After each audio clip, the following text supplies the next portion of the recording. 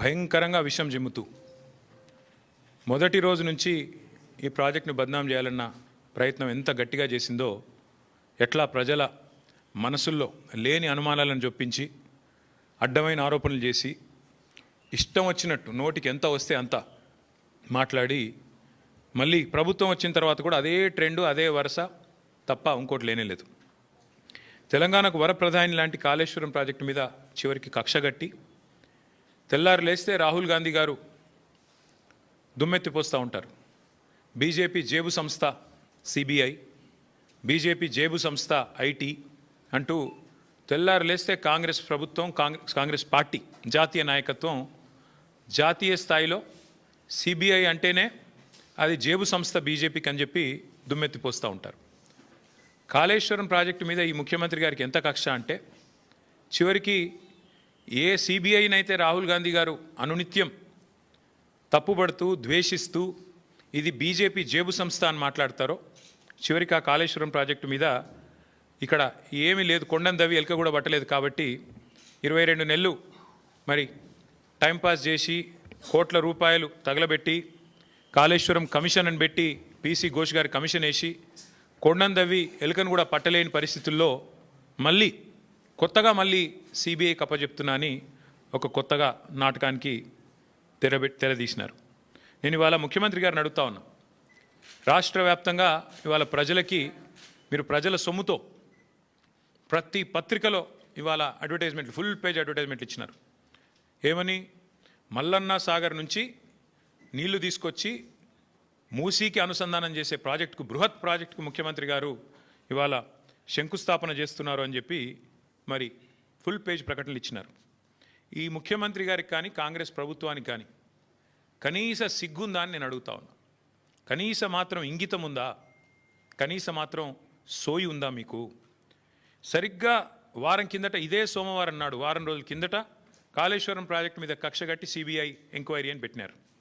మరి ఈరోజు ఈ సోమవారం రోజు కేసీఆర్ గారు కట్టిన అదే కాళేశ్వరం ప్రాజెక్టు మీద ఆధారపడ్డ మూసీ జలాల అనుసంధానం అని పెట్టి ఇవాళ శంకుస్థాపన చేస్తూ ఉన్నారు. ఇక్కడ విచిత్రం ఏంటంటే, కాకపోతే ఎవరైనా మనిషి జ్ఞానం ఉన్నవాడైతే తల దగ్గర శంకుస్థాపన చేస్తారు, తల దగ్గర చేస్తారు. ఎక్కడైతే నీళ్లు ఉన్నాయో, ఎక్కడి నుంచి అయితే నీళ్లు తేవాలనుకుంటున్నారో అక్కడ శంకుస్థాపన చేస్తారు. కేవలం తలా తోక లేని వాళ్ళే తోక దగ్గర చేస్తారు. ఎందుకంటే బాధ ఏముంది ఈయనకి? మల్లన్న సాగర్ దగ్గర పోయి శంకుస్థాపన చేస్తే ఏం చెప్పాలా? ఎదురుగా కళ్ళు దొబ్బినాయా, నీకు కనబడతలేవా, అవి కాళేశ్వరం నీళ్లు కాదా అని ప్రజలు అడుగుతారు, రైతులు అడుగుతారు. ఇవి కాళేశ్వరంలో వచ్చిన నీళ్లు కావా అని సోయినవాడు ఎవడైనా అడుగుతాడు, మీడియా అడుగుతుంది, అందరూ అడుగుతారు. సమాధానం చెప్పలేరు. ఎందుకంటే కాళేశ్వరం కొట్టుకపోయింది, కాళేశ్వరం ఇదైంది అదైంది అని దిక్కుమాలిన మాటలు మాట్లాడిందే మీరు. కాబట్టి ఏం చేయాలా? తలా తోక లేని సన్నాసులు చేసే పని ఏదైతే చేయాలో తోక దగ్గర చేస్తున్నాడు ప్రారంభోత్సవం. తల దగ్గర చేయకుండా, మల్లన్న సాగర్ దగ్గర కాకుండా తోక దగ్గర అంటే గండిపేట దగ్గర చేసే ప్రయత్నం చేస్తూ ఉన్నారు. ఎందుకు? మీ అబద్ధాలను కప్పిపుచ్చుకోవడానికి. మీరు ఇన్ని రోజులు వాగిన వాగుడంతా చెత్తవాగుడు అని ప్రజలకు తెలుస్తుంది. కాబట్టి ఇవాళ మీరు ఎన్ని దిక్కుమాలిన మాటలు మాట్లాడినా చివరికి మళ్ళీ కాళేశ్వరమే మీకు దిక్కయింది. కాబట్టి ఇవాళ మొహం చెల్లక, మల్లన్న సాగర్ దగ్గర శంకుస్థాపన చేయడానికి మొహం చెల్లక ఈ ముఖ్యమంత్రి గారు, ఈ ప్రభుత్వం 1,00,000 కోట్ల అవినీతి, కూలిపోయింది, కాళేశ్వరం కూలేశ్వరం అయిపోయింది అని మాట్లాడిన మాటలు ఏవైతున్నాయో వాటి నుంచి తప్పించుకోవడానికే ఈరోజు గండిపేట దగ్గర ఒక డ్రామా చేస్తూ ఉన్నారు. అంటే ఒకటి చెప్పకనే చెప్పినట్టు మాత్రం ఈ ప్రభుత్వం అయ్యింది. ఎన్ని రోజులు కాళేశ్వరం కూలేశ్వరం అయిపోయిందని వాగిన నోళ్ళే ఇవాళ అదే కాళేశ్వరం నీళ్లు తీసుకొచ్చి హైదరాబాద్ ప్రజలకు మేము గోదావరి నీళ్ళు అందిస్తామని చెప్తున్నారు. అంటే ముఖ్యమంత్రి కానీ ఈ ప్రభుత్వం కానీ చెప్పకనే చెప్పినట్టు అయ్యింది. కాళేశ్వరం మరి తెలంగాణకు కల్పతరువు, తెలంగాణకు కామధేనువు అని మొదటి నుంచి మేమేదైతే చెప్తున్నామో అది అక్షర సత్యం అని కాంగ్రెస్ ప్రభుత్వమే ఇలా ఒప్పుకున్నట్టు అయింది. అట్లాగే ఒక నెల రోజుల కింద అనుకుంటా మా భువనగిరి యాదాద్రి జిల్లా గంధమల్ల రిజర్వాయర్కి కూడా ముఖ్యమంత్రి గారు శంకుస్థాపన చేసి భారీ సినిమా డైలాగులు కొట్టినారు. అక్కడ కూడా నేను పూర్తి చేస్తాను అని. ఎక్కడికి వస్తున్నాయి? ఎక్కడి నుంచి వస్తున్నాయి గంధమల్లకు నీళ్లు? అదే కాళేశ్వరంలో అంతర్భాగమైన కొండపోచమ్మ సాగర్ నుంచే కదా దానికి కూడా నీళ్ళు వచ్చేది. ఇవాళ మల్లన్న సాగర్ నుంచి గండిపేటకు నీళ్లు తరలించి శంకుస్థాపనలు, ఆ రోజు కొండపోచమ్మ సాగర్ నుంచి గంధమల్లకు నీళ్లు తరలించడానికి శంకుస్థాపనలు, మరొక వైపు ఏమో కాళేశ్వరం మీద శాపనార్థాలు. ఇంతకంటే అరాచకమైన, ఇంతకంటే సిగ్గుమాలిన ప్రభుత్వం ఈ దేశంలో ఉన్నదా అని అనక తప్పడం లేదు. ముఖ్యమంత్రి గారి వైఖరి చూస్తూ ఉంటే కాళేశ్వరం నీళ్లు వాడుకుంటూ కాళేశ్వరం ప్రాజెక్టును పూర్తి స్థాయిలో వినియోగించుకుంటూ దానివల్ల కీర్తి కోసం ప్రయత్నం చేస్తూనే మరొక వైపు కాళేశ్వరాన్ని బద్నాం చేసే ప్రయత్నం చూస్తుంటే తల్లిపాలు దాగి రొమ్ము గుద్దడం అనే సామెత కూడా గుర్తొస్తూ ఉన్నది. నిజంగా చెప్పాలి అంటే ఇవాళ మీరు శంకుస్థాపన చేయాల్సి వస్తే మల్లన్న సాగర్ దగ్గర చేయాలి, లేదా కొండపోచమ్మ సాగర్ దగ్గర చేయాలి. కానీ గండిపేట దగ్గర చేస్తూ ఉన్నారు. గుండెకాయను వదిలిపెట్టి గండిపేట దగ్గర మీరు చేస్తున్నారంటేనే మీరు ఎంత ఇబ్బంది పడుతున్నారో ఈ విషయంలో ప్రజలకు కూడా అర్థమవుతుందని చెప్పి నేను అనుకుంటా ఉన్నా. కొందరిని కొంతకాలం మోసం చేయొచ్చు, కానీ అందరినీ ఎల్లకాలం మోసం చేయలేం. ఇప్పటికైనా రేవంత్ రెడ్డి గారు, కాంగ్రెస్ పార్టీ ఈ విషయం గమనిస్తే మంచిది. అట్లాగే ఇంకొక మాట కూడా నేను చెప్తా ఉన్నా. ఇవాళ ముఖ్యమంత్రి గారు సమాధానం చెప్పాలి కొన్ని విషయాలు. ఇవాళ మీరు తెస్తున్నది కాళేశ్వరం నీళ్ళ కాదా? ఇవాళ మీరు తీసుకొస్తున్నది ఇక్కడ గండిపేటకి కాళేశ్వరం జలాలా కాదా? స్పష్టంగా చెప్పాలి. ప్రతిపక్షంలో ఉన్నప్పటి నుంచి ఈరోజు దాకా కాళేశ్వరాన్ని విఫల ప్రాజెక్టుగా చిత్రీకరించే ప్రయత్నం చేసినందుకు, చేసి కూడా ఫెయిల్ అయినందుకు, దాని మీద కమిషన్లు వేసి కూడా అట్టర్ ఫ్లాప్ అయినందుకు, మళ్ళీ ఇవాళ సిబిఐ ఎంక్వైరీ పేరిట మోసం చేయబోతున్నందుకు ముందుగా ముఖ్యమంత్రి గారు ఈ రాష్ట్ర ప్రజలకు క్షమాపణ చెప్పాలని చెప్పి మేము డిమాండ్ చేస్తూ ఉన్నాం. ఎందుకంటే ఎంత అరాచకమైన, ఎంత నికృష్టమైన బుద్ధి ఉన్నవాడైనా సరే ఇంత దిగజారుడు పని చేయరు. సొంత రాష్ట్రాన్ని తులనాడే పని, ప్రజల సొమ్ముతో కట్టిన ప్రాజెక్టును విఫల ప్రాజెక్టుగా చిత్రీకరించే పని చేయరు. కానీ ముఖ్యమంత్రి గారు ఆ ప్రయత్నం చేస్తూ ఉన్నారు. అట్లాగే నేను గుర్తు చేస్తూ ఉన్నా ముఖ్యమంత్రి గారికి, మొదటి నుండి మేము చెప్తున్న మాట, కాళేశ్వరం అంటే ఒక బ్యారేజ్ కాదు, కాళేశ్వరం అంటే ఒక రిజర్వాయర్ కాదు, కాళేశ్వరం అంటే ఒక కాలువ కాదు, కాళేశ్వరం అంటే ఒక మల్లన్న సాగర్, కాళేశ్వరం అంటే ఒక కొండ పోచమ్మ సాగర్, కాళేశ్వరం అంటే ఒక రంగనాయక సాగర్, కాళేశ్వరం అంటే ఒక అనంతగిరి రిజర్వాయర్, కాళేశ్వరం అంటే ఒక గంధమల్ల, కాళేశ్వరం అంటే ఒక బస్వాపూర్ రిజర్వాయర్, కాళేశ్వరం అంటే ఒక రాజరాజేశ్వర సాగర్ మిడ్మానేర్, కాళేశ్వరం అంటే ఎస్ఆర్ఎస్పి పునరుజ్జీవ పథకం. మొత్తంగా కాళేశ్వరం అంటే 3 బ్యారేజీలు, 15 రిజర్వాయర్లు, 19 సబ్స్టేషన్లు, 21 పంపింగ్ స్టేషన్లు, 203 కిలోమీటర్ల సొరంగ మార్గాలు, అట్లాగే 1531 కిలోమీటర్ల గ్రావిటీ కాలువలు, 98 కిలోమీటర్ల ప్రెషర్ మెయిన్స్. కాళేశ్వరం అంటే 141 టీఎంసీల స్టోరేజ్ కెపాసిటీ, 530 మీటర్లకి నీళ్ల ఎత్తిపోతల పథకం, multi stage lift irrigation project, ప్రపంచంలోనే అతిపెద్ద లిఫ్ట్ ఇరిగేషన్ ప్రాజెక్ట్ కాళేశ్వరం. ఇది వాస్తవం.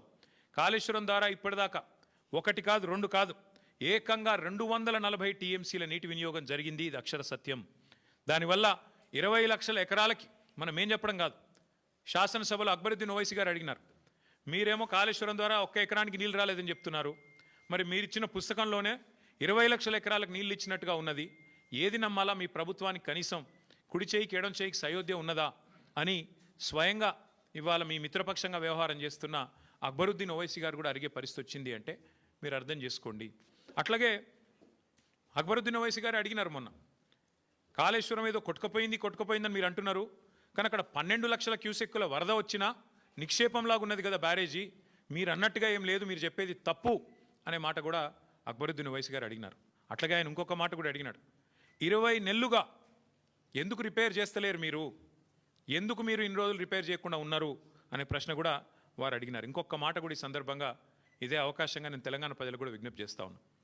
మొదటి రోజు నుంచి కాంగ్రెస్, రాహుల్ గాంధీ నుంచి మొదలు పెడితే గ్రామ స్థాయిలో ఉండే కాంగ్రెస్ కార్యకర్త దాకా ఒకటే మాట, 1,00,000 కోట్ల కుంభకోణం, 1,00,000 కోట్ల కుంభకోణం.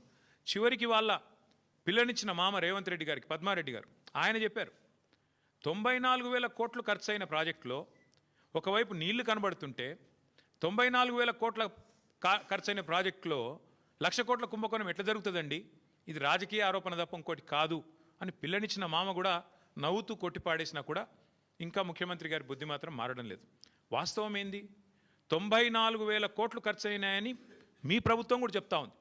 బీఆర్ఎస్ ప్రభుత్వం ఉన్నప్పుడు కాళేశ్వరం ప్రాజెక్టు కోసం 93,769 కోట్లు, దాదాపుగా రౌండ్ ఆఫ్ చేస్తే 94,000 కోట్లు ఖర్చు అయినాయని మీ ప్రభుత్వం చెప్పింది. అందులో మేడిగడ్డ బ్యారేజ్ ఖర్చు ఎంత? 4,000 కోట్లు. 4,000 కోట్లలో మన హరీష్ రావు గారు వివరంగా చెప్పినారు. ఏది శాసనసభలో 4,000 కోట్లలో భూసేకరణకు ఎంత అయింది, రిటైనింగ్ వాల్స్ కన్స్ట్రక్షన్కి ఎంత అయింది, ఓన్లీ ఆ బ్యారేజ్ ఏదైతే సిమెంట్ స్ట్రక్చర్ ఉందో దానికి ఎంత అయింది లెక్క తీస్తే మరి 85 పిల్లర్లు ఉండే ఆ బ్యారేజ్ ఖర్చు అయింది 1,500 2,000 కోట్లు. అందులో ఎన్డీఎస్ఏ రిపోర్ట్లు కూడా ఏం చెప్పినారు, కేవలం 7th బ్లాక్ ఒక్కటి పునర్నిర్మాణం చేస్తే చాలు అని చెప్పారు. మరి 7 బ్లాకుల్లో 1 బ్లాక్ దెబ్బతింటే మొత్తం 7 బ్లాక్లకు 1500 2000 కోట్లు ఖర్చు అయింది అనుకుంటే ఒక బ్లాక్ కోసం ఎంత అవుతుంది? 250 300 కోట్లు ఖర్చు అవుతుంది. ఆ 250 300 కోట్లు కూడా ఒక్క రూపాయి కూడా ప్రభుత్వం పెట్టే అవసరం లేదు, ఒక్క రూపాయి కూడా ప్రజల సొమ్ము వృధా చేసే అవసరం లేదు. ఆ ఏజెన్సీయే నేను కడతానంటూ ముందుకు వచ్చింది. మరి ఇవాళ నేను ముఖ్యమంత్రిని రాష్ట్ర ప్రభుత్వాన్ని అడుగుతున్నా, ఎక్కడైంది వృధా ప్రజల సొమ్ము? ఆ ఏజెన్సీ మళ్ళీ తిరిగి పునర్నిర్మాణం చేస్తానంటుంటే 2 ఏళ్లుగా దాన్ని పండబెట్టింది మీరు, పడావబెట్టింది మీరు, కిందికి నీళ్ళని తీసుకుపోయి బనకచర్ల కట్టుకోవడానికి ఫెసిలిటేట్ చేస్తున్నది మీరు. ఒక్క రూపాయి ప్రజా సొమ్ము కూడా దుర్వినియోగం కాలేదు అని మొదటి నుంచి మేము చెప్తున్న మాట ఇవాళ మళ్ళొక్కసారి రుజువు అవుతా ఉంది. 94,000 కోట్లలో మిగతా అంతా బాగానే ఉంది. అన్ని రిజర్వాయర్లు బాగున్నాయి, పంప్ హౌజులు బాగున్నాయి, సబ్స్టేషన్లు బాగున్నాయి, కాలువలు బాగున్నాయి, సొరంగాలు బాగున్నాయి, అన్నీ బాగానే ఉన్నాయి, అన్నీ నడుస్తున్నాయి. వాళ్ళ నీళ్లు పరవలు దుంకుతున్నాయి. మా వాళ్ళు నిన్నగాక మొన్న అక్కడ పోయి జలాభిషేకాలు కూడా చేసినారు. ఇవన్నీ ఇట్లా ఉంటే 94,000 కోట్లలో 250 కోట్లు మళ్ళీ నష్టం జరిగితే దాన్ని ఆ ఏజెన్సీయే పెట్టుకుంటానని ముందుకొస్తే ఇవాళ 1,00,000 కోట్ల కుంభకోణం అని అబద్ధాలు ప్రచారం చేసినందుకు ముఖ్యమంత్రి రేవంత్ రెడ్డి గారు, కాంగ్రెస్ పార్టీ ముక్కు నేలకు రాసి ఈ రాష్ట్ర ప్రజలకు క్షమాపణ చెప్పాలి. ఒకవైపు గోదావరి నీళ్లను వాడుకుంటూ, ఒకవైపు గోదావరి నీళ్లను, కాళేశ్వరం ద్వారా వచ్చిన నీళ్లను ఇవాళ హైదరాబాద్లో మూసీకి అనుసంధానం చేస్తున్నామని చెబుతూ మరొక వైపు ఈ రకంగా చిల్లర ప్రచారం చేస్తున్నందుకు, ఆ కాళేశ్వరాన్ని కేసీఆర్ గారిని బదనాం చేస్తున్నందుకు ముక్కు నేలకు రాసి క్షమాపణ చెప్పాలి అని మేము డిమాండ్ చేస్తూ ఉన్నాం. దీని వెనకాల ఇంకొక ముఖ్యమైన కుంభకోణం కూడా ఉంది. ఇదేదో కొత్త ప్రాజెక్ట్ కాదు. This paper is from 18th May 2023, 18 మే 2023. ఇందులో ఏం రాసిందండి? భాగ్యనగరంలో గలగల గోదావరి. ఇది దేని మీద బేస్ చేసుకొని రాసినారు? 17 మే 2023 నాడు కేబినెట్ సమావేశం జరిగింది పెద్దలు కేసీఆర్ గారి నాయకత్వంలో, ఆయన ముఖ్యమంత్రిగా. 17 మే 2023 అందులో ఏ నిర్ణయం తీసుకున్నారు? భాగ్యనగరానికి, ఆ రోజు మూసీ ప్రాజెక్టు చైర్మన్గా పెద్దలు సుధీర్ రెడ్డి గారు, ఎల్బీ నగర్ ఎమ్మెల్యే గారు ఉన్నారు. ఆ రోజు ఏ నిర్ణయం తీసుకున్నామంటే కేవలం 1100 కోట్ల ఖర్చుతో, కేవలం 1100 కోట్ల ఖర్చుతో కాళేశ్వరం ప్రాజెక్టులో ఉన్న కొండపోచమ్మ సాగర్. ఇక్కడ ఒక విషయం మిత్రులందరికీ మీకు అర్థం కావాలి. కేసీఆర్ గారు కాళేశ్వరాన్ని ఎట్లా డిజైన్ చేశారంటే హైదరాబాద్ నెత్తిన, ఎందుకంటే హైదరాబాద్ మహానగరం భారతదేశంలో అల్టిమేట్గా 2వ అతిపెద్ద నగరంగా మారబోతుంది, తప్పకుండా మారుతుంది. ఈరోజు జనాభా 1,20 లక్షలు కావచ్చు, భవిష్యత్తులో 3 కోట్లకు పెరుగుతుంది. అందుకే కేసీఆర్ గారు కాళేశ్వరం డిజైన్ చేసినప్పుడే రోజుకు 3 టీఎంసీల నీళ్ళు ఎత్తిపోస్తే భవిష్యత్తులో మనకు 1 టీఎంసీ నీళ్లు హైదరాబాద్కే అవసరం పడుతుంది. 3 కోట్ల జనాభా పెరిగిన తర్వాత మళ్ళీ కొత్తగా నీళ్ల కోసం ఇవాళ చెన్నైలోనో లాటూరులోనో ఎట్లయితే రైళ్లల్లో ట్యాంకర్లు పెట్టి తెచ్చుకుంటున్నారో ఆ అవస్థ మన భవిష్యత్ తరాలకు ఉండొద్దన్న ఉద్దేశంతో చాలా ముందు చూపుతో 3 టీఎంసీల నీళ్లను మేడిగడ్డ నుంచి ఎత్తిపోసి ఇక్కడికి తీసుకొచ్చి మెడ్మానేర్ నుంచి అడికెళ్ళి పైకి తీసుకురావాలని ఒక ఆలోచన చేసినారు. అందులో భాగంగానే ఆనాటి మా ప్రభుత్వం తీసుకున్న నిర్ణయం ఏంటి అంటే కొండపోచమ్మ సాగర్ 618 మీటర్ల పైన ఉంటుంది సముద్ర మట్టానికి. మల్లన్న సాగర్ 560 మీటర్లు, 557 మీటర్ల మీద ఉంటుంది. మన గండిపేట 540 మీటర్ల మీద ఉంటుంది. అంటే కొండపోచమ్మ నుంచి నీళ్ళు తీసుకుంటే 618 మీటర్లకు వెళ్ళి 540 మీటర్లకు తీసుకుంటే గ్రావిటీ ద్వారానే నీళ్ళు తెచ్చుకోవచ్చు పూర్తి స్థాయిలో. అంటే 618 మీటర్లకి నీళ్లు వస్తే కిందికి పోతాయి కదా, పడవ దిక్కు నీళ్ళు పల్లం దిక్కు పోతాయి కదా, అట్లా మనం తెచ్చుకోవచ్చు అన్నది ఆ రోజు మా ప్రణాళిక. దానిలో భాగంగా ఏం చేసినాము, అదే సమావేశంలో 111 జీవో ఎత్తివేస్తూ ఆ రోజు తీసుకున్న నిర్ణయం ఏంటి అంటే నేను చదివి వినిపిస్తాను మీకు. కాళేశ్వరం ప్రాజెక్టులో భాగంగా 15 టీఎంసీల సామర్థ్యంతో నిర్మించిన కొండపోచమ్మ సాగర్ నుంచి సాగునీటి కోసం సంగారెడ్డి కాలువ నిర్మిస్తున్నారు. ఈ గ్రావిటీ కాలువ 27వ కిలోమీటర్ దగ్గర హిమాయత్ సాగర్, ఉస్మాన్ సాగర్కు కాళేశ్వర జలాల్ని మళ్లించి ఏర్పాటు చేశారు. సంగారెడ్డి కాల్వ గరిష్ట వరద ప్రవాహ సామర్థ్యం 5,054 క్యూసెక్కులు కాగా ఇందులో సాగునీటికి 4,354 క్యూసెక్కులు కేటాయించారు. మిగతా 700 క్యూసెక్కులను జంట జలాశయాలకు తరలించి మూసీ ప్రక్షాళనకు కేటాయించారు. సంగారెడ్డి కాల్వ 27వ కిలోమీటర్ నుంచి మళ్లించే కాళేశ్వర జలాలని సమీపంలో ఉన్న రావల్కోల్ చెరువుకు తరలిస్తారు. అక్కడి నుంచి కాల్వ ద్వారా లేదా పైప్ లైన్ ద్వారా ముత్తంగి ప్రాంతం మీదుగా గండిపేట జలాశయానికి తరలిస్తారు. గండిపేట నుంచి జలాలు హిమాయత్ సాగర్కు వస్తాయి. అక్కడి నుంచి ఏడాది పొడవునా జంట జలాశయాలు కాళేశ్వరం జలాలతో నిండుగా ప్రవహించనున్నాయి. దీంతో పాటు ఇంకొక ముఖ్యమైన మాట, హుసేన్ సాగరు హైదరాబాద్ నడిబొడ్డున ఉంటుంది. హుసేన్ సాగర్ని కూడా ఎప్పటి నుంచో నడుస్తున్నాయి ప్రణాళికలు క్లీన్ చేయాలని.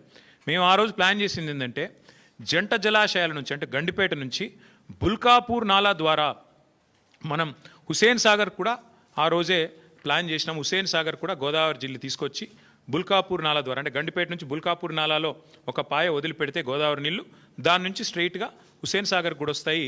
తద్వారా మొత్తం ఇటు హుస్సేన్ సాగర్ అటు 2 జంట జలాశయాలు కూడా పూర్తిగా సమృద్ధిగా ఉంటాయనేది మన agenda. This is from 17th May 2023 cabinet in KCR government. కేవలం 1100 కోట్ల రూపాయలతోనే ఈ పని చేయవచ్చు. ఇవాళ ముఖ్యమంత్రి ఏం చేస్తున్నారు, ఈ ప్రభుత్వం ఏం చేస్తున్నది? ఇవాళ మీరు పేపర్ యాడ్ చూడండి. కొండపోచమ్మ దగ్గర మేం సోర్స్ పెడితే దాన్ని కట్ చేసినారు, తీసేసినారు. కారణం లోగుట్టు పెరుమాళ్ళకెరక అని వారికే తెలియాలి, మాకు తెలియదు. 1100 కోట్లతోనైపోయే ప్రాజెక్టును ఇవాళ 7380 కోట్లు 90 కోట్లు, అంటే దాదాపు 7 రెట్లు పెంచేసినారు. ఎవరి కోసం, ఎందుకోసం చెప్పరు, సమాధానం రాదు. ఎందుకు? స్పష్టంగా మీరు కొండపోచమ్మ సాగర్ నుంచి గ్రావిటీ ద్వారా నీళ్ళు తీసుకునే అవకాశం ఉన్నప్పుడు ఎందుకు పెంచుతున్నారు? ఏ కారణం చేత పెంచారు? మల్లన్న సాగర్ ఎందుకు మార్చారు సోర్సు? ఏం అవసరం వచ్చింది? ప్రభుత్వం సమాధానం చెప్పాలని మేము డిమాండ్ చేస్తున్నాం. మొన్న మీరు ఉత్తమ్ కుమార్ రెడ్డి గారి మాటలు విన్నారు శాసనసభలో. 35,000 కోట్లతోనైపోయే ప్రాణహిత చెవులను పక్కన పెట్టి మీరు 87,000 కోట్లు చేసినారు దీన్ని అని మాట్లాడినారు ఉత్తమ్ కుమార్ రెడ్డి గారు. నేను అడుగుతా ఉన్నా ఈ ప్రభుత్వాన్ని, అసలు మీకు సోయి ఉందా, అవగాహన ఉందా? నేను అడుగుతా ఉన్నా. ఎందుకంటే మనందరికీ తెలుసు కాళేశ్వరం ప్రాజెక్టులో ఏమేమి పెట్టినాము. కాళేశ్వరం ప్రాజెక్టులో మీరు ప్రాణహితాలో ఎన్నడూ కూడా స్టోరేజ్ పెట్టలేదు. 14 TMCల స్టోరేజ్ పెట్టినారు మీరు. అదే మేము 141 TMCల సామర్థ్యంతో 15 రిజర్వాయర్లు నిర్మాణం చేశాం. దానివల్ల సహజంగా ఖర్చు పెరగదా? రిజర్వాయర్లు కట్టాలా, ల్యాండ్ ఎక్విజిషన్ చేయాలా, పెరుగుతుంది. ఇంకోటి మీరు ప్రాణహిత చేవెళ్ళ డిజైన్ చేసింది 2006-07లో, మేము మొదలుపెట్టింది 15-16లో. మరి అప్పటికి ఇప్పటికి 8 ఏళ్ల తర్వాత స్టీల్ ఖర్చు పెరుగుతుంది, సిమెంట్ ఖర్చు పెరుగుతుంది, అన్ని ఖర్చులు పెరుగుతాయి కదా. రిజర్వాయర్ల సామర్థ్యం పెరిగింది, GST వచ్చింది, ఇంకా చాలా వచ్చినాయి. వాటన్నిటి తర్వాత అది పెరిగితేనేమో ఇది 2 రెట్లు 2.5 రెట్లు పెరిగితే అదేదో ఘోరం జరిగిపోయింది, అదేదో పెద్ద స్కామ్ అన్నారు. ఇవాళ నేను అడుగుతున్నా, 7 రెట్లు ఎట్లా పెరిగింది కాస్టు? 1100 కోట్ల ప్రాజెక్టు 7,400 కోట్ల ప్రాజెక్టు ఎట్లా అయ్యింది? ఇది స్కామ్ కాదా? నేను ఇవాళ స్పష్టంగా చెప్తున్నా, మీడియా మిత్రులు దయచేసి మీరు పరిశోధించండి. వాస్తవం ఏంటి అంటే 150,000 కోట్ల మూసి బ్యూటిఫికేషన్ అని చెప్పి ముఖ్యమంత్రి గారు ప్రకటించగానే మేము అడ్డుపడ్డాం. హైదరాబాద్ ప్రజలు అడ్డుపడ్డారు, నిలదీసినారు. 16,000 కోట్లతో అయిపోయే ప్రాజెక్ట్ని 150,000 కోట్లు ఎట్లా అవుతాయి అని మేము నిలదీస్తే ఇవాళ కొత్త స్టైల్ ఎత్తుకున్నారు. ఇన్నోవేటివ్ థింకింగ్ కదా. ఇన్నోవేటివ్ థింకింగ్లో భాగంగా ఏం చేసినారంటే స్కామ్ను కూడా ఇన్స్టాల్మెంట్లలో చేస్తున్నారు.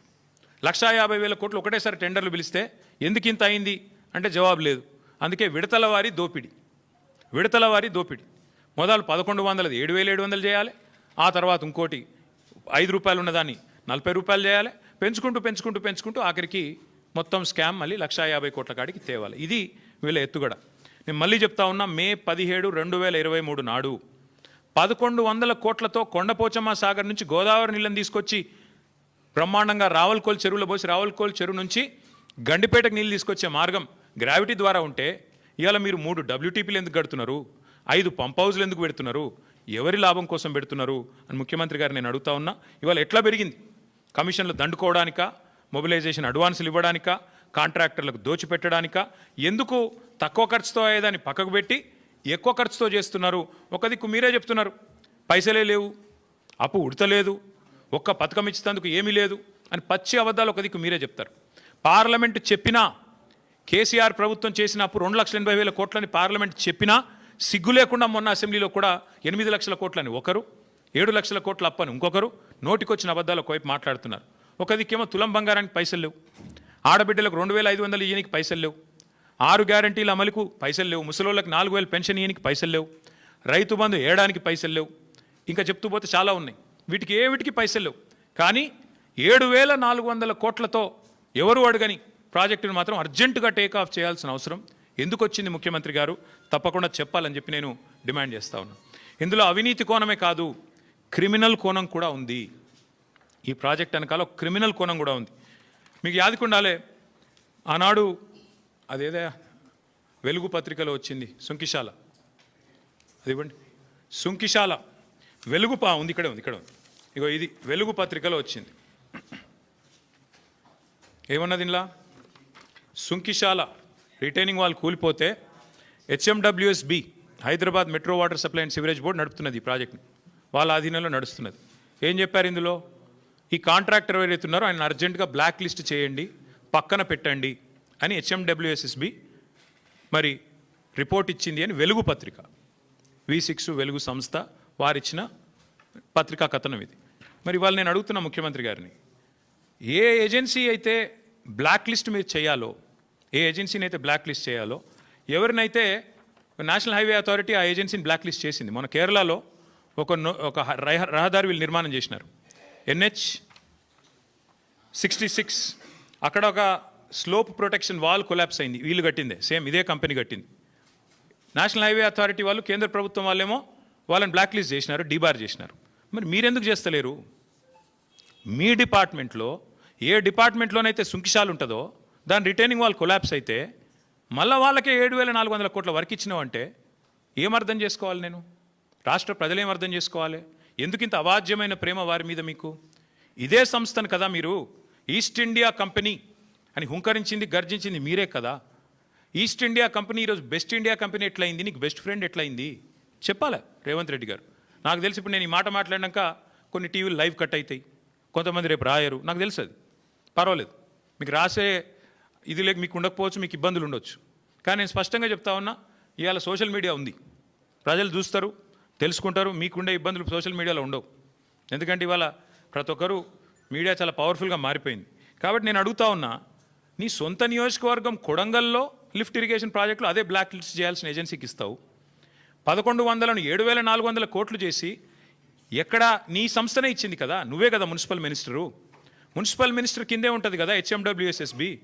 మరి అదే Hyderabad metro water supply sewerage బోర్డులో కుప్పకూలిపోతే సుంకిశాల, వాళ్ళ మీద చర్యలు తీసుకోకపోగా, వాళ్ళని పనిష్ చేయకపోగా రివార్డ్ ఇస్తావా? కొడంగల్ ప్రాజెక్టు వాళ్ళకే ఇస్తావు, వాళ్ళకును ఇంకొక ఆయన ఎవరు ఆ మంత్రి పొంగులేటి శ్రీనివాసరెడ్డి గారికి ఇస్తావు. ఇద్దరు కలిపి 4,000 కోట్ల వరకు కొడంగల్ లిఫ్ట్ ఇరిగేషన్. ఇంకో దిక్కేమో ఇవాళ మళ్ళీ 7,400 కోట్ల వరకు మళ్ళీ అదే సంస్థకి, ఎవరైతే సుంకిశాల కూలిపోవడానికి కారకులో వారికే ఇస్తున్నారు. మరి కేంద్ర ప్రభుత్వానికి లేని మొహమాటం మీకెందుకున్నది? కేంద్ర ప్రభుత్వం బార్ చేసింది వాళ్ళని, NHలో మీరు పాల్గొనవద్దు అని చెప్పి వాళ్ళని బ్లాక్ చేసింది. మీరెందుకు చేస్తలేరు? ఇది క్రిమినల్ కుట్ర కాదా? ఖచ్చితంగా నేను అంటా ఉన్నా, ఇది దోపిడీ తప్ప ఇంకోటి కాదు.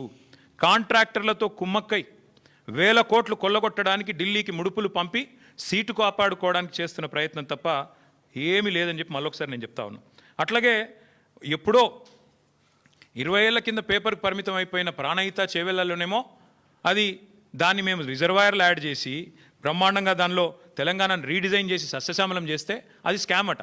మరి ఇక్కడ ఎందుకోసం తక్కువ ఖర్చుతో అయిపోయేదాన్ని పెంచితే స్కామ్ ఇట్లా కాదు ముఖ్యమంత్రి గారు చెప్పాలి. 1,100 కోట్లు 7,500 కోట్లు ఎట్లా పెరిగింది చెప్పాలి. ఇంకొక మాట కూడా చెప్పి నేను ముగిస్తాను. ఇవాళ జరుగుతున్నది వాస్తవానికి ఏంటంటే విడతల వారి దోపిడీ అని నేను స్పష్టంగా చెప్తా ఉన్నాను. ఒకేసారి 1,50,000 కోట్లు కాకుండా ముందు 7,400, ఆ తర్వాత నెక్స్ట్ ఇన్స్టాల్మెంట్లో మరొక 10,000, ఆ తర్వాత ఇంకో 20,000, ఈ పద్ధతుల్లో మూసీలో కూడా ముఖ్యమంత్రి గారు దోపిడీకి తెరలోపినారు. ఎంఆర్ అనే సంస్థ హైదరాబాద్లో మీకు తెలుసు, ఎంఆర్ ప్రాపర్టీస్ మీద ఇంకా ఎంక్వైరీ ఉంది. వాళ్ళని పిలిచి మాట్లాడుతున్నాడు ముఖ్యమంత్రి గారు, మూసీలోకి వచ్చేయండి మీరు, నేను 300 ఎకరాల ల్యాండ్ ఇస్తాను మీకు, అర్జెంటుగా మీరు వచ్చేయండి, అక్కడి నుంచి సంస్థను డబ్బులు తేండి పెట్టేయండి అని చెప్తున్నాడు. ఇంకోవైపు ఇదే ఏజెన్సీ, ఏ ఏజెన్సీని అయితే బ్లాక్ లిస్ట్ చేయాలి అని హెచ్ఎండబ్ల్యూఎస్ సిఫారసు చేసిందో ఆ సంస్థతో మాట్లాడుతున్నాడు. మీరు రండి, ఇందులో హ్యామ్ మోడల్ చేద్దాం, మీకు ముందే ఇచ్చేస్తా, ల్యాండ్ అంతా 400 ఎకరాలు ఇచ్చేస్తా, కట్టుకోండి మీ ఇష్టం ఉన్నది అని వాళ్ళతో మాట్లాడుతున్నాడు. ఎందుకు ఇంత ఆత్రము? అదే ఆత్రం నీకు తులం బంగారం ఇవ్వడానికి ఎందుకు లేదు? అదే ఆత్రం నీకు నెలకు 2,500 మహిళలకి ఇవ్వడానికి ఎందుకు లేదు? అదే ఆత్రం నీకు పిల్లలకి స్కూటీలు ఇవ్వడానికి ఎందుకు లేదు? విద్యా భరోసా కార్డులు ఇవ్వడానికి ఎందుకు లేదు? అదే ఆత్రం ముసలోళ్ళకి 4,000 పెన్షన్ ఇచ్చే విషయంలో ఎందుకు లేదు? ఎందుకు అంటే అక్కడ కమిషన్లు రావు, ఇక్కడైతే కమిషన్లు దండుకోవచ్చు, సీట్లు కాపాడుకోవచ్చు. నేను గుర్తు చేస్తా ఉన్న ముఖ్యమంత్రి గారికి, మేము మీలాగా ఆదరాబాదరాగా చేయలేదు. మేము 16,000 కోట్ల రూపాయలతో ఆనాడు సుధీర్ రెడ్డి గారు మన మూసీ చైర్మన్గా ఉన్నాడు. ఓవరాల్గా 16,000 కోట్లతో కంప్లీట్ డిపిఆర్ తయారు చేసినాం. అందులోనే 3,866 కోట్ల రూపాయలతో 37 ఎస్టీపీల నిర్మాణం పూర్తి చేసింది బీఆర్ఎస్ ప్రభుత్వం. 2017లోనే మూసీ రివర్ డెవలప్మెంట్ కార్పొరేషన్ ఏర్పాటు చేసినాం. కాళేశ్వరం జలాలతో ఆనాడే గోదావరి మూసీ నదిల అనుసంధానానికి 17 మే 2023లోనే మేము బ్రహ్మాండంగా పరిపాలన అనుమతులు కూడా ఇచ్చినాం, క్యాబినెట్ అనుమతులు కూడా ఇచ్చినాం. అట్లాగే మూసీ మీద 545 కోట్ల రూపాయలతో 15 బ్రిడ్జిల నిర్మాణానికి మేము ఆల్రెడీ టెండర్లు పిలిచినాం, నేను శంకుస్థాపనలు కూడా చేసినాను. ఇప్పటివరకు ఒక్క బ్రిడ్జ్ కూడా పూర్తి కాలేదు. మీరు రిబ్బన్లు కట్ చేస్తూ తిరగొచ్చు ఇవ్వాలి. మేము కట్టిన ఇంటర్చేంజ్కి రిబ్బన్ కట్ చేయొచ్చు, ఫలక్నుమా ఆరోబి మీరు కట్ చేయొచ్చు, అట్లాగే మేము కట్టిన రిజర్వాయర్లకు ఇవాళ మీరు పోయి డైలాగులు కొట్టొచ్చు, మేము తెచ్చిన పరిశ్రమకు నిన్నగాక మొన్న పాలమూరులో పోయి 4 సినిమా డైలాగులు కొట్టొచ్చు. కానీ వాస్తవాలుగానే ఉంటాయి. మీరు ఒక్క పరిశ్రమ తేలేదు, ఒక్క ప్రాజెక్టు కట్టలేదు, పైపెచ్చు మూసీ పేరిట మళ్ళొక్కసారి లూటీకి తెరదీస్తున్నారు. అందుకే ముఖ్యమంత్రి గారిని నేను అడిగేది చిత్తశుద్ధితో పనిచేయండి. 16,000 కోట్లతో అయిపోయే మొత్తం ప్రాజెక్టుకి ఎందుకు ఈ అడ్డగోలు కార్యక్రమాలు చేస్తున్నారు? ఎందుకు ప్రజల్ని ఇబ్బంది పెట్టే ప్రయత్నం చేస్తున్నారు? ఆ రోజు సుధీర్ రెడ్డి గారు చైర్మన్గా ఉన్నప్పుడు ఎస్టీపీలు 100% పూర్తి చేశాం 3,866 కోట్లతో. అట్లాగే ఉప్పల్ బగాయత్ దగ్గర ఒక 5 కిలోమీటర్లు మోడల్గా అక్కడ ఆల్రెడీ బ్యూటిఫికేషన్ కూడా పూర్తి చేసినాం. అట్లాగే ఒక్క ఇల్లు కూలగొట్టకుండానే అన్ని ఎస్టీపీలు కూడా పూర్తి చేసినాం. మూసీలో మూటల వేట కోసం మేము ప్రయత్నం చేయలేదు. ఇంజనీర్లను పంపించాం బ్రిడ్జ్లు ఎట్లా ఉండాలి అని చెప్పి, ప్యారిస్కి, లండన్కి, గ్రీస్కి పంపించాం. యూరోప్లో మంచి బ్రిడ్జెస్ ఉన్నాయంటే చూడ్డానికి పంపించినాం. చీకటి ఒప్పందాలు కుదుర్చుకోలేదు, చిల్లర పనులు చేయలేదు. ఇప్పుడు మళ్ళీ చెప్తా ఉన్నా, పూర్తి స్థాయిలో చెప్తా ఉన్నా, ఔటర్ రింగ్ రోడ్డు చుట్టూ మళ్ళీ హైదరాబాద్ ప్రజలకు నేను విజ్ఞప్తి చేస్తా ఉన్నా, ఔటర్ రింగ్ రోడ్డు చుట్టూ రింగ్ మెయిన్ మేము ఆల్రెడీ నిర్మాణం ఒక 50 కిలోమీటర్ల దాకా చేసినాం. మిగతాది కూడా పూర్తి చేసేది కేసీఆర్ ప్రభుత్వమే. మళ్ళీ వస్తాం, కేసీఆర్ ప్రభుత్వమే మిగతాది కూడా పూర్తి చేస్తుంది. తద్వారా రింగ్ మెయిన్ పూర్తి చేయడం ద్వారా ఏమవుతుంది, గోదావరి నీళ్ళు కానీ కృష్ణా నీళ్ళు కానీ భవిష్యత్తులో ఏనాటికి హైదరాబాద్కి ఇంకొక 500 సంవత్సరాలైనా కరువు లేకుండా చేసే బాధ్యత మాది. రోజుకు కాదు నల్లా నీళ్ళు, 24 గంటలు నల్లా నీళ్ళు ఇచ్చే బాధ్యత మాది. 1000% ఇది మా వాగ్దానం. మీకు వచ్చే ఎన్నికల్లో మా వాగ్దానం హైదరాబాద్ ప్రజలకి. ఈ ముఖ్యమంత్రి వల్ల కాదు అది. ఎందుకంటే ఆయన గోల్ అంతా ఎంతసేపు డబ్బులు ఎట్లా సంపాదించాలని. ముఖ్యమంత్రి గారు మొన్న బయటపడింది ఆయన మనసులోని మాట. ఒక టీవీ చర్చలో చెప్తున్నాడు, కేసీఆర్ తప్పుడు నిర్ణయం తీసుకున్నారు, 20,000 లీటర్ల వరకు ఫ్రీ వాటర్ ఏదైతే ఇస్తున్నాం హైదరాబాద్లో అది చాలా తప్పు నిర్ణయం అన్నాడు ముఖ్యమంత్రి గారు. నేను మీకు ఇవాళ చెప్తా ఉన్నా, జిహెచ్ఎంసీ ఎన్నికల తర్వాత కాంగ్రెస్ ప్రభుత్వం ఫ్రీ వాటర్ స్కీమ్ కూడా రద్దు చేస్తుంది, రాసి పెట్టుకోండి. ముఖ్యమంత్రి గారి మనసులో మాట బయటపడ్డది. ఇవాళ మేము సిన్సియర్గా ఏదైతే ప్రయత్నం చేశామో దాన్ని కొనసాగిస్తాం. మీరు ఏదైతే ఇవాళ లూటీకి పాల్పడుతున్నారో దాన్ని కూడా అడ్డుకుంటాం. ఎందుకంటే తప్పకుండా మేము బీజేపీని కూడా అడుగుతున్నాం. మేము అడిగినాము భారతీయ జనతా పార్టీ వాళ్ళని, ఇన్ని స్కాములు జరుగుతుంటే మీరు ఎందుకు మాట్లాడతలేరు అని అడిగినాం. మీరే చెప్తారు ఆర్ఆర్ ట్యాక్స్ అని, మీరే చెప్తారు ఇంట్లో దోపిడీ అందులో దోపిడీ అని, మరి ఎందుకు విచారణకు ఆదేశిస్తలేరని అడిగినాం. ఇక కారణాలు వాళ్ళే చెప్పాలి. ఒకటి మాత్రం పక్కా, ఇదివరకు ఎట్లయితే హైదరాబాద్ దాహార్తి తీర్చినామో మరి గోదావరి నీళ్ళని తీసుకొచ్చి భవిష్యత్తులో కూడా మళ్ళీ హైదరాబాద్కి న్యాయం చేసేది, రింగ్ మెయిన్ ప్రాజెక్టు పూర్తి చేసేది, అల్టిమేట్గా మూసీ ప్రాజెక్టు కూడా పూర్తి చేసేది కేసీఆర్ ప్రభుత్వమే. కానీ ఈరోజు జరుగుతున్న దోపిడీ విషయంలో, ఈరోజు జరుగుతున్న ఈ క్రిమినల్ కుంభకోణం విషయంలో రాష్ట్ర ప్రజలు కూడా ఆలోచించాలి. కాళేశ్వరాన్ని బద్నాం చేయాలి, అంచనాలు పెంచాలి, బ్లాక్ లిస్ట్ చేయాల్సిన ఏజెన్సీకి కాంట్రాక్ట్లు అప్పచెప్పాలి. ఎవరి కోసం ఇదంతా? రాష్ట్ర ప్రజలు కూడా ఆలోచించాలని చెప్పి కోరుతూ, తప్పకుండా అవసరమైతే మా పార్టీ తరఫున న్యాయ పోరాటానికి కూడా వెనుకాడం. ఎందుకంటే మా తెలంగాణ భవన్ ఇదివరకే జనతా గ్యారేజ్గా మారిపోయింది. మూసి మొత్తం బాధితులంతా మా కాడికే వచ్చి మొరబెట్టుకున్నారు. ఇప్పటికీ న్యాయ పోరాటం చేస్తూనే ఉన్నాం. భవిష్యత్తులో కూడా ఈ కుంభకోణం మీద కూడా తప్పకుండా మా పార్టీ తరఫున న్యాయ పోరాటం చేస్తామని చెప్పి కూడా మీ అందరికీ తెలియజేస్తూ, మీ అందరికీ థ్యాంక్ యూ.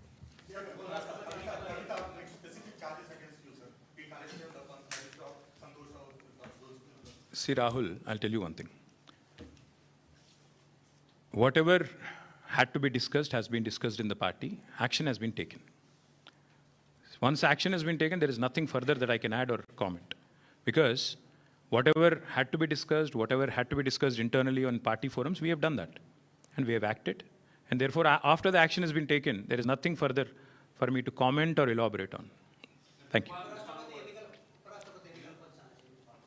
ఎస్, ఇప్పుడు దాదాపు 20-25 రోజుల కింద అనుకుంటాను ఉపరాష్ట్రపతి ఎన్నికల ఘట్టానికి తెరలేసినప్పుడు మేము స్పష్టంగా చెప్పాం, రాష్ట్రంలో 70 లక్షల మంది రైతులు, ఈరోజు మనం ఈ నిమిషం ఇక్కడెక్కడైతే మాట్లాడుతున్నామో, ఈరోజు మనం ఇక్కడున్నాం హైదరాబాద్లో, లక్షల మంది రైతులు ఇవాళ క్యూలలో ఉన్నారు ఎరువుల దుకాణాల ముంగట.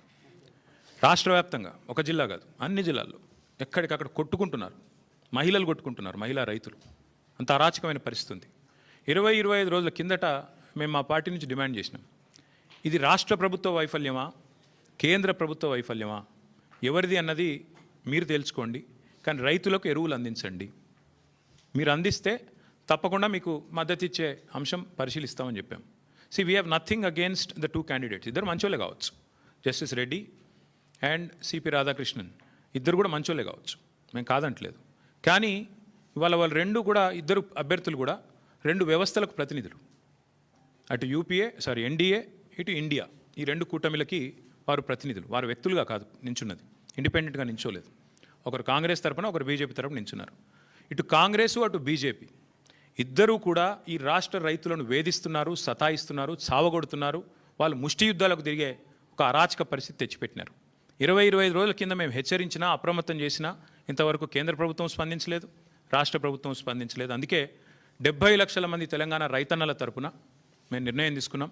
నిజానికి నోటా ఉంటే ఎన్నికలు బహిష్కరించడం మంచిది కాదు, ప్రజాస్వామ్య ప్రక్రియలో పాల్గొనాలి. నోటా అనే బటన్ ఉంటే అందులో నోటా కొత్తటోళ్ళం, కానీ నోటా లేదు.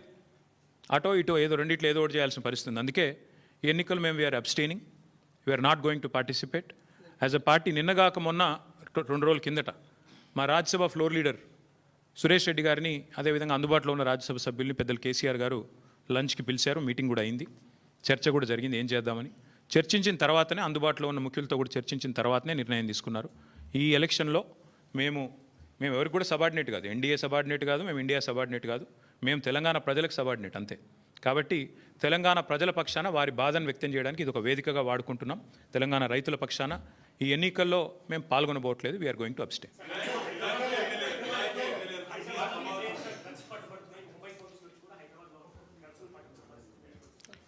తెల్లారు లేస్తే బిల్డప్లు, ఒకటి ఈగల్ అని, ఇంకోటి హైడ్రా అని, నేను 18 గంటలు పనిచేస్తా అని, నేనే హోంమంత్రిత్వ శాఖ కావాలని నా దగ్గర పెట్టుకున్నా అని. కానీ చేసే పని ఏంది? నిమజ్జనం కాడికి పోయి ఇట్లా చూసినట్టు చేసుడు యాక్టింగు, లేదంటే మా సోషల్ మీడియాలో ఏ పిల్లగాడు ఏం పోస్ట్ పెడుతుండో చూసుడు, రీట్వీట్ వస్తే 20 రోజులు జైల్లో పెట్టుడు, సోయి లేదా కేసీఆర్ మీద సిబిఐ కేసు. అంటే టీఆర్ఎస్ నాయకత్వం మీద, బీఆర్ఎస్ నాయకత్వం మీద పెట్టిన శ్రద్ధ, దృష్టి. నేను ముఖ్యమంత్రిని అడుగుతున్నా, నీకు అసలు సిగ్గుందా? మహారాష్ట్ర పోలీసు వాళ్ళు వచ్చి ఇక్కడ నెలల తరబడి ఆ కంపెనీలో కూలీలుగా చేరి, కార్మికులుగా చేరి, నెలల తరబడి పరిశోధించి, చివరికి అది డ్రగ్స్ అని తెలుసుకున్న తర్వాత, నిర్ధారించుకున్న తర్వాత, నీకు ఖబర్ లేకుండా, నీ పోలీసులకు ఖబర్ లేకుండా, నీ ఇంటెలిజెన్స్ వ్యవస్థ కుప్పగూలిపోయి, వాళ్ళు వచ్చి దాడి చేసి, మహారాష్ట్ర పోలీసు వాళ్ళు వచ్చి హైదరాబాద్లోని చర్లపల్లిలో దాడి చేసి 12,000 కోట్ల డ్రగ్స్ పట్టుకున్నారు. నేను ముఖ్యమంత్రిని అడుగుతున్నా, నీకేమైనా ముడుపులు ముట్టినాయి ఇలా? 12,000 కోట్లు 21 నెలల నుంచి ఏం చేస్తున్నావు? నీ ఈగల్ ఏం చేస్తుంది? నీ హైడ్రా ఏం చేస్తుంది? నీ హోంమంత్రిత్వ శాఖ ఏం చేస్తుంది? నీ పోలీస్ ఇంటెలిజెన్స్ ఏం చేస్తుంది? ముడుపులు తీసుకోవడంలో బిజీగా ఉన్నారా? ఎట్లా? హైదరాబాద్లోని చెర్లపల్లిలో 12,000 కోట్లు. ఇది భారతదేశంలోనే 2వ అతిపెద్ద డ్రగ్స్ ఇప్పటిదాకా దొరికింది. ఇదివరకు ఒకసారి గుజరాత్లో దొరికింది 21,000 కోట్లు, ఇప్పుడు రెండోసారి 12,000 కోట్లు. సిగ్గులేని విషయం ఏంటంటే, సిగ్గుపడాల్సిన విషయం ఏంటంటే, మన పోలీసులు ఖబర్ కూడా లేదు. మహారాష్ట్ర పోలీసులు వచ్చి దాడి చేసేదాకా మన పోలీసులకు ఖబర్ కూడా లేదు. ముఖ్యమంత్రి గారికి ముడుపులు అందినాయి అనేది నా అనుమానం. అందుకే చూస్తున్నట్టు వేయండేమో, లేదా ముఖ్యమంత్రి బిజీగా ఉన్నాడేమో. ఏది? ఎవడు రీట్వీట్ అవుతుండు వాని మీద కేసు పెట్టుర్రి, ఎవడు పోస్ట్ పెడుతుండు వాని అర్జెంట్ లోపల వేయండి, లేదా గణేష్ కాడ పోయి కొద్దిగా స్టంట్ కొట్టినట్టు చేద్దాం, అక్కడ కేసీఆర్ పాటలు బాగా పెడుతురు, పోలీసు వాళ్ళు డీజే బాక్సులు గుంజుకోవాలి, యాంప్లిఫైర్లు గుంజుకోవాలి. గదే పని. ఏమున్నది ఇవాళ పోలీసులకు రాష్ట్రంలో పని? పాపం పోలీసుల బండ్లలో డీజిల్ దిక్కులేదు. మేము మమ్మల్ని అరెస్ట్ చేస్తుంటే హరీష్ రావు గారు అడిగినారు, ఏమైనా నీకు టీఏ వచ్చిందని అడిగారు. పాపం ఆయన నవ్వుతుండు పోలీసు ఆయన. డిఏ వచ్చినాదా, టీఏ వచ్చినాదా, మీ బండ్లలో డీజిల్ అని వస్తున్నాదా అంటే చెప్పలేకపోతున్నారు. పోలీసు వాళ్ళు నవ్వుతున్నారు. అట్లాంటి పరిస్థితి అది వాళ్ళు. అందుకే ఈ రాష్ట్ర హోంమంత్రికే ముడుపులు అందినట్టుగా నాకైతే అనుమానం ఉంది.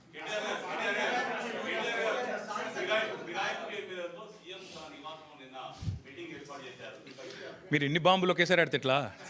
అయితే బ్రదర్ సింపుల్, ఇందులో ఏం చర్చ చేయాల్సిన అంశం కూడా ఏం లేదు. వాస్తవం ఏంటంటే already the PCC president has turned approver. PCC president తన నేర ఆరోపణను, అభియోగాన్ని ఒప్పుకున్నాడు ఆల్రెడీ బహిరంగంగా.